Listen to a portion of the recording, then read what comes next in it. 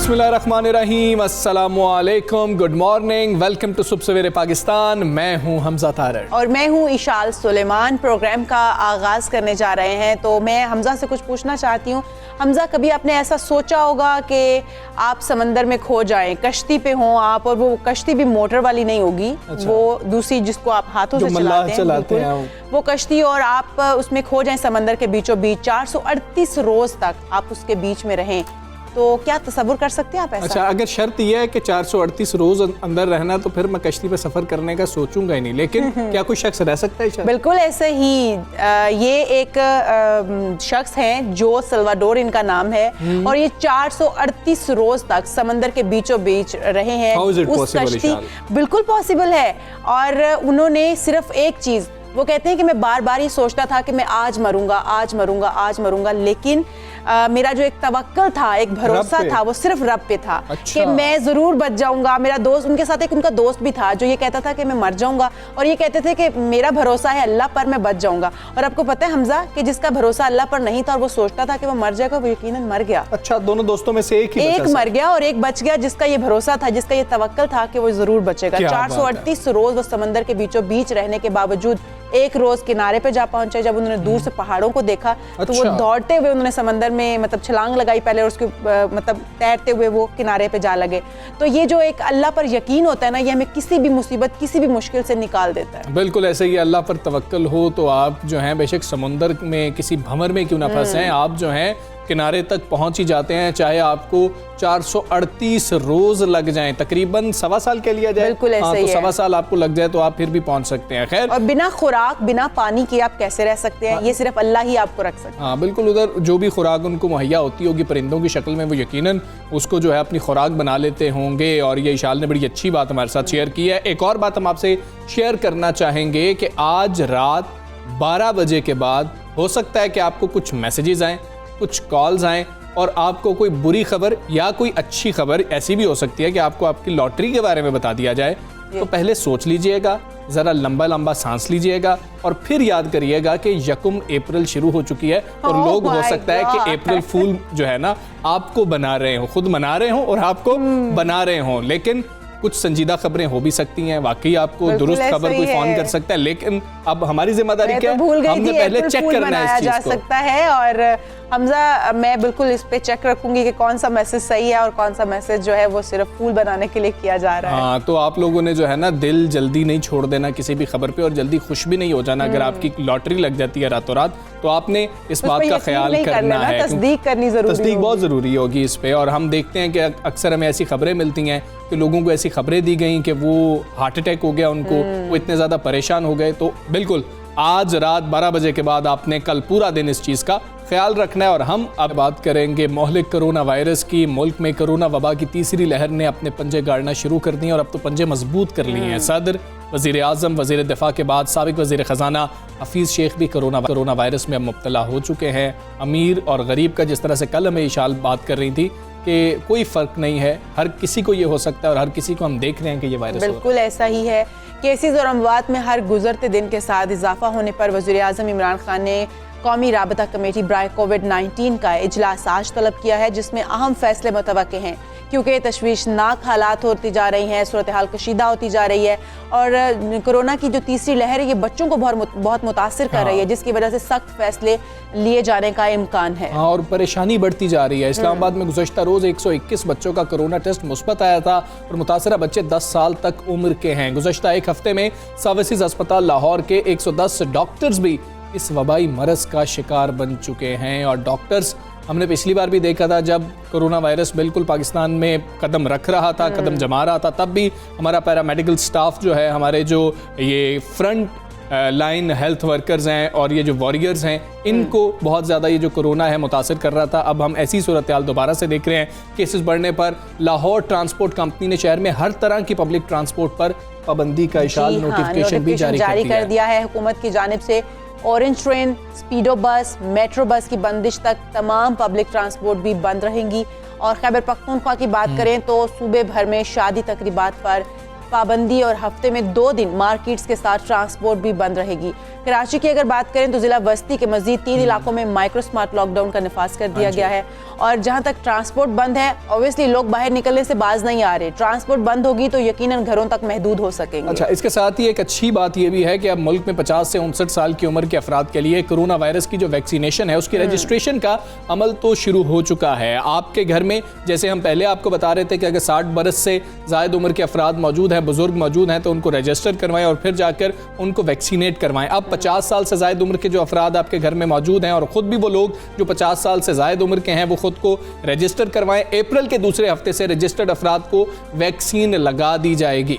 जी हाँ, और इसके साथ ही साथ अच्छी खबर यह भी है कि पाकिस्तान का चीनी कंपनी से लाखों कोरोना वैक्सीन का मुआहदा तय पा गया है। अब ये परेशानी नहीं है कि वैक्सीन नहीं मिल पाएगी। जराये के मुताबिक ये बताया जा रहा है कि 70 लाख वैक्सीन में से 40 लाख जो है वो साइनोफार्म की डोजेस हैं और 30 लाख कैंसिनो की सिंगल डोज है, जो कि आपको 2 लगवाने की भी जरूरत नहीं होगी। उसकी एक सिंगल डोज ही लगती है। और सिंध हुकूमत ने भी वैक्सीन की खरीदारी के लिए 500 मिलियन रुपए मुख्तस कर दी हैं। ताज़ा तरीन पंजाब के अंदर खुसूसी तौर पर सूरत हाल क्या है, क्योंकि यहाँ पर केसेस बहुत ज़्यादा आ रहे हैं। लाहौर की बात कर ली जाए तो शरह मुस्बत केसेस की बहुत ज़्यादा है, मुख्तलिफ शहरों में मुस्बत केसेस बहुत ज़्यादा हो रहे हैं। वज़ीर सेहत पंजाब डॉक्टर यास्मीन राशिद साहिबा हमारे साथ मौजूद हैं। डॉक्टर साहिबा अस्सलाम वालेकुम, गुड मॉर्निंग। डॉक्टर साहिबा, अब सबसे बड़ा जो क्वेश्चन है लोगों का वो ये है कि शायद अस्पतालों में बेड्स कम पड़ते जा रहे हैं, जगह खत्म होती जा रही है। कोरोना की पहली लहर के दौरान तो लाहौर एक्सपो सेंटर समेत आपने कई जगहों पर आर्जी अस्पताल बना दिए थे। अब जब कोरोना की तीसरी लहर बेकाबू हो रही है तो ऐसे में अस्पतालों में गुंजाइश की सूरत हाल क्या है?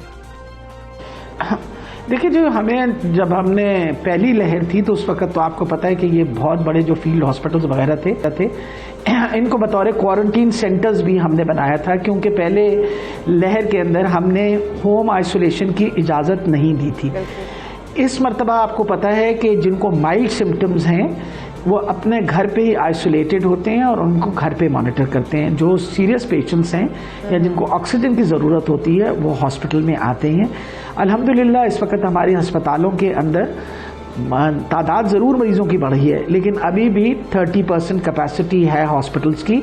और ये बात भी वाज़ेह मैं करना चाहती हूँ कि पहली लहर में तो आपको पता है कि हमने बहुत ज़्यादा अपने आउटडोर वगैरह का काम और जो बाकी अमराज थे उनका काम बहुत हद तक बंद कर दिया था और सिर्फ इमरजेंसी सर्विस दे रहे थे।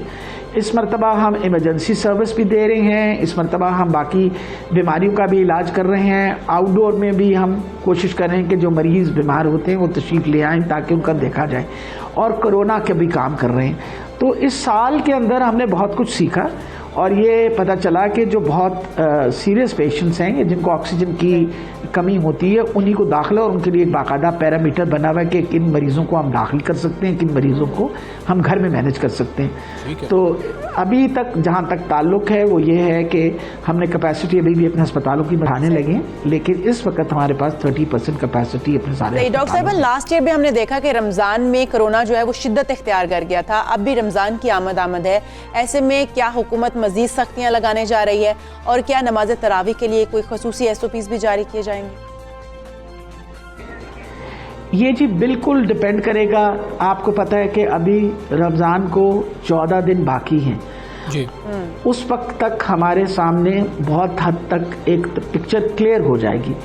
SOPs तो हर हाल पे रमज़ान के दौरान प्रैक्टिस करने पड़ेंगे तरावियों में। पर एक ख़ास बात समझने की है, लोगों का ख्याल है कि ये कोरोना अभी कहीं चला गया। कोरोना तो गया ही नहीं। और पहले दिन हमेशा हर प्रोग्राम के तहत मैं एक ही बात सबको कहती हूँ कि कोरोना कहीं गया नहीं, तो आप मेहरबानी करके हिफाजती तदाबीरें सारी इख्तियार करें। लेकिन हिफाजती तदाबीरों के साथ अब हमने एक वैक्सीनेशन का प्रोसेस शुरू कर दिया है, ख़ास तौर पर हमारे जितने बुजुर्ग शहरी हैं के लिए।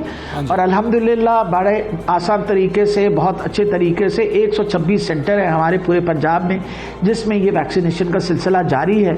और हमारी पूरी कोशिश है कि अप्रैल के महीने में हम मैक्सिमम वो लोग जो हमारे सबसे ज़्यादा वल्नरेबल है, यानी जिनमें अगर कोरोना हो तो कॉम्प्लिकेशंस और मसले मसाइल ज़्यादा हो सकते हैं, वो 50 साल से ज़्यादा उम्र के लोग हैं, हमारी पूरी कोशिश है कि उनको वैक्सीन ज़रूर। बिल्कुल ठीक है, उनको वैक्सीनेट कर लिया जाए। डॉक्टर साहब हमें ये भी बता दीजिएगा कि इस वक्त लोग ज़्यादा परेशान और जिस तरह से बात भी हो रही है यूके वेरिएंट से हैं कि वो असल तबाही मचा रहा है और वो बच्चों में भी बड़ों की तरह फैल रहा है, और ये तशवीशनाक बात है कि अब बच्चे भी जो हैं महफूज नहीं हैं, उनको भी अफेक्ट कर रहा है ये वायरस। क्या खुसूसी तौर पर यूके वेरिएंट से मुताल्लिक हुकूमत ने आदादोशुमार मुरतब किए हैं कि ये कितना मोहलिक साबित हो रहा है?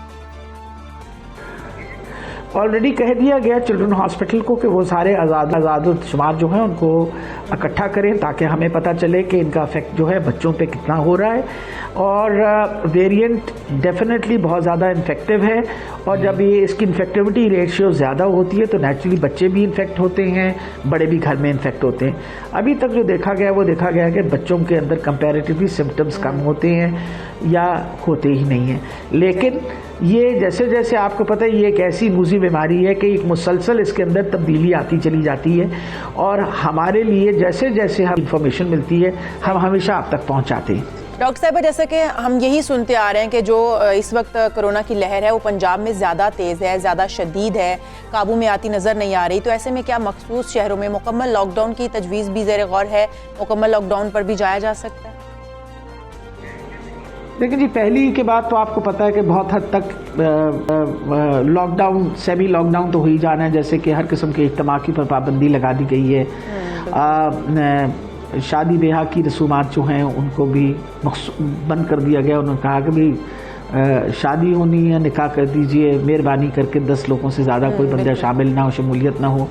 इसी तरीके से पूरी कोशिश की जा रही है कि आपको पता है कि जो मैस ट्रांजिट की हमारी ट्रांसपोर्ट वगैरह सिस्टम है उसको भी रोक लिया जा रहा है। हर किस्म के इकदाम उठा रहे हैं, मार्केट की टाइमिंग्स कर दी हैं, 2 दिन सारी मार्केट्स बंद रहेंगी। कोशिश पूरी जारी कर रहे हैं कि आप SOPs जो हैं उनके ऊपर मुकम्मल तौर पे हमारे साथ ताउन करें, मास्क पहने, हाथों को बार बार धोएं, घर से तब निकलें जब बहुत ज़रूरी काम हो, इसके अलावा घर से निकलने की ज़रूरत नहीं है। अपने घर के बुज़ुर्गों को बचाएं और कोशिश करें कि आपके बुज़ुर्गों को सबको वैक्सीनेशन मिल जाए। ठीक है। अब हमने लाहौर जैसे शहर में 3 सेंटर्स बना रहे हैं। एक हमारा सेंटर आपको पता है एक्सपो सेंटर पे चल रहा है, एक नया आज हमारी उसकी शुरुआत मीनार पाकिस्तान हो गई है स्पोर्ट्स कॉम्प्लेक्स में, और इंशाल्लाह परसों से PKLI के अंदर भी हम ये तीसरा सेंटर शुरू कर देंगे ताकि लाहौर के शहरियों को ज़्यादा से ज़्यादा सहूलत मिले, क्योंकि सबसे बड़ा शहर है, सबसे ज़्यादा तादाद लोगों की भी इधर है और फिर सबसे ज़्यादा तादाद मरीज़ों की भी इधर है। तीसरी 126 सेंटर पूरे पंजाब में बनाए गए हैं और हर शहर के अंदर सेंटर है, जो सारे शहर जो हैं वो तावन करते हैं, ख़ास तौर पे जो बड़ी उम्र के लोग हैं। अब आज के दिन से रजिस्ट्रेशन शुरू हो गई है 50 साल एंड अबव, यानी 50 एंड अबव, यानी 50 साल से ज़्यादा उम्र के जितने लोग हैं अपने आप को रजिस्ट्रेशन कराएं, ताकि हम अप्रैल के महीने में इंशाल्लाह वो लोग 5 साल से ज़्यादा उम्र के हैं उनको भी वैक्सीनेशन लगे। बिल्कुल ठीक है। डॉक्टर साहब ये हमें बताइएगा कि पंजाब में कोरोना के हवाले से उठाए गए इकदामात को काफ़ी सराहा गया, बहुत ज़्यादा तारीफ़ भी हुई, जिस तरह से वैक्सीनेशन का एक निज़ाम बनाया गया उसकी बहुत तारीफ़ हो रही है। लेकिन वैक्सीनेशन के हवाले से सिंध में एक VIP केस सामने आया था कि जो वैक्सीनेट किया गया था। उसके बाद गुज़श्ता चंद रोज़ से एक वीडियो एक वफाकी वज़ीर साहब उनकी फैमिली की सामने आ रही है कि वैक्सीन घर में जाकर लगाई जा रही है। उनका इस पर रद्द अमल भी आ गया है कि ये तो वो पहले जब ट्रायल्स हो रहे थे, जब हम उसके अंदर खुद जाके लगवाना चाह रहे थे और वो कोई इस तरह की वैक्सीन पाकिस्तान को मिली नहीं थी, ट्रायल्स का टाइम था। लेकिन वज़ीर सेहत पंजाब होने की हैसियत से आपके पास क्या इन्फॉर्मेशन है, आपने इस बारे में पता किया है कि सदाकत है कि नहीं? मेरा ख्याल है जी उसके बारे में तो ऑलरेडी कोई उन्होंने कोई क्लैरिफिकेशन वगैरह दी हुई है और महकमे को मैंने कह दिया था कि इसके अंदर इन्वेस्टिगेट करें। हमारी इन्फॉर्मेशन के मुताबिक तो ये है कि ये जो अपना जो ट्रायल वैक्सीन है उस सिलसिले के अंदर, क्योंकि ट्रायल वैक्सीन जब दी गई थी तो 60 साल से कम उम्र के लोगों को दी गई थी जी। तो मेरा ख्याल है ये उसके ऊपर ऑलरेडी कुछ शायद उन्होंने जवाब दिया हुआ है। हमारे डिपार्टमेंट को मैंने कह दिया कि मुझे मुकम्मल इसकी सारी इन्वेस्टिगेशन करके इसकी रिपोर्ट पेश बिल्कुल ठीक है। डॉक्टर यास्मीन राशिद साहिबा, बहुत शुक्रिया आपका सुबह सवेरे पाकिस्तान का आप हिस्सा बनी, और उनका यही कहना है कि अभी 14 दिन रमज़ानुल मुबारक में रहते हैं, लेकिन अगर हमने SOPs पर अमल दरामद ना किया, अगर हमने कोताही की, हम अवाम ने कोताही की, हम इसी तरीके से कोरोना को मानने से इनकार करते रहे, तो फिर हुकूमत को मजबूरी में सख्त फैसले करने पड़ सकते हैं। तो अगर हम चाहते हैं लॉकडाउन तो अब भी लग चुका है, मुकम्मल लॉकडाउन की तरफ ना जाना पड़े, इसके लिए आप सबको एहतियात करनी चाहिए। पब्लिक ट्रांसपोर्ट बिल्कुल बंद कर दी गई। कल हम आपको बता रहे थे कि मेट्रोज बंद कर दिए गए हैं लाहौर में। अब तो बिल्कुल पब्लिक ट्रांसपोर्ट जो LTC की जानिब से ये नोटिफिकेशन जारी कर दिया गया है कि पब्लिक ट्रांसपोर्ट बिल्कुल बंद हो गई है। तो हमने एहतियात करनी है, और अगर हम एहतियात करेंगे तो रमज़ानुल मुबारक जो माह मुबारक है उसकी जो रहमतें हैं वो हम अच्छे तरीके से और खुशी से समेट सकेंगे। तो लेकिन हमजा अभी भी जो बाहर आप देखें ना, तो इतने सख्ती के फैसले, इतने सख्त फैसले किए जा रहे हैं, जुज़वी लॉकडाउन ऑलमोस्ट हो चुका है, इसके बावजूद लोग मास्क नहीं लगा रहे हैं। आप देखेंगे 20% लोग जो है मास्क लगा रहे हैं। क्यों नहीं लगा रहे, ये मतलब मैं कुछ कह नहीं सकती इसके ऊपर कि लोगों को अभी भी इस चीज़ का शऊर क्यों नहीं आ रहा, या इस चीज़ का अभी भी इस चीज़ से डर क्यों नहीं रहे कि आपके अपने प्यारों की जान खतरे में हो सकती है। आपको मास्क लगाना चाहिए। बिल्कुल ऐसे ही है, तो आप लोग एहतियात कीजिए। अब आपके साथ अच्छी खबर ये शेयर करते हैं कि वज़ीर आज़म इमरान खान ने कोरोना वायरस को शिकस्त दे दी है। वो वबाई मरज़ से मुकम्मल तौर पर सेहतियाब अल्हम्दुलिल्लाह हो चुके हैं। उनमें अब कोरोना वायरस की कोई अलामात नहीं है, और सेहतियाबी के बाद उन्होंने सरकारी उमूर सरंजाम देना शुरू भी कर दिए। इसी पूरी सूरत हाल पे कि वज़ीर आज़म साहब की अब सेहत कैसी है, सेनेटर फैसल जावेद साहब हमारे साथ मौजूद हैं। सेनेटर साहब अस्सलाम वालेकुम। गुड सर, ये बताइएगा, वैसे बहुत वीकनेस हो जाती है जब आप कोरोना वायरस में मुब्तला होते हैं, रिकवर होने के बाद भी उसकी जो है थोड़ी सी अलामात रहती ही हैं, आप बहुत वीक फील करते हैं। वज़ीर आज़म साहब बहुत स्ट्रॉन्ग हैं, कैसा फील कर रहे हैं? जी अस्सलाम वालेकुम। जी वालेकुम। जी बहुत बहुत शुक्रिया आपका। अल्लाह ताला सबको सेहत अता फरमाए, अपने हिफ्ज़ अमान में रखे, क्योंकि बहुत ही खतरनाक ये लहर आई हुई है तीसरी, और इसमें एहतियात बहुत ज़्यादा ज़रूरी है।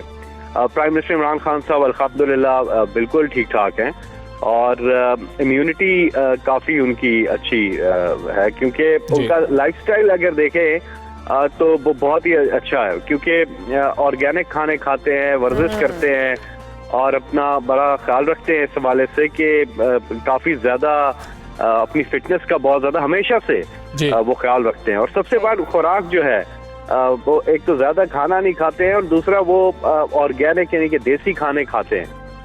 तो उसकी वजह से उनकी इम्यूनिटी जो है डॉक्टर्स के मुताबिक वो बहुत ही अच्छी है। सही।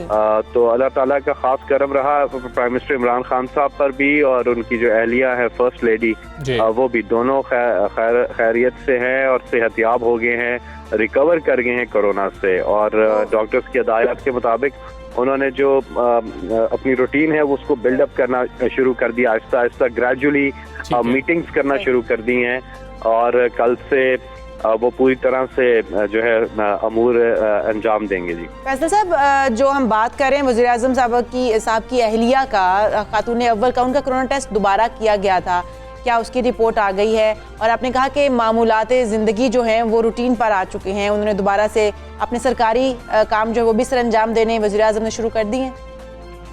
जी हाँ, वज़ीर आज़म ने अल्हम्दुलिल्लाह बिल्कुल सेहतियाब हो गए हैं। डॉक्टर्स की हदायत और इंटरनेशनल जो गाइडलाइंस के मुताबिक उन्होंने जुज़वी तौर पर जो अपने अमूर जो हैं वो शुरू कर दिए हैं। और देखिए, इसमें ये चीज़ भी अहम है कि कोरोना के 10 दिन के बाद जब सिम्टम्स आपके पहली दफ़ा पेयर होते हैं, उसके 10 दिन के बाद अगर आपके सिम्टम्स नहीं हैं और आपको बुखार नहीं है और बाकी उसकी अलामात नहीं है, तो फिर आप अपना काम शुरू कर सकते हैं। यही गाइडलाइंस हैं जो कि इंटरनेशनल हैं, और यही डॉक्टर्स की भी एडवाइस है।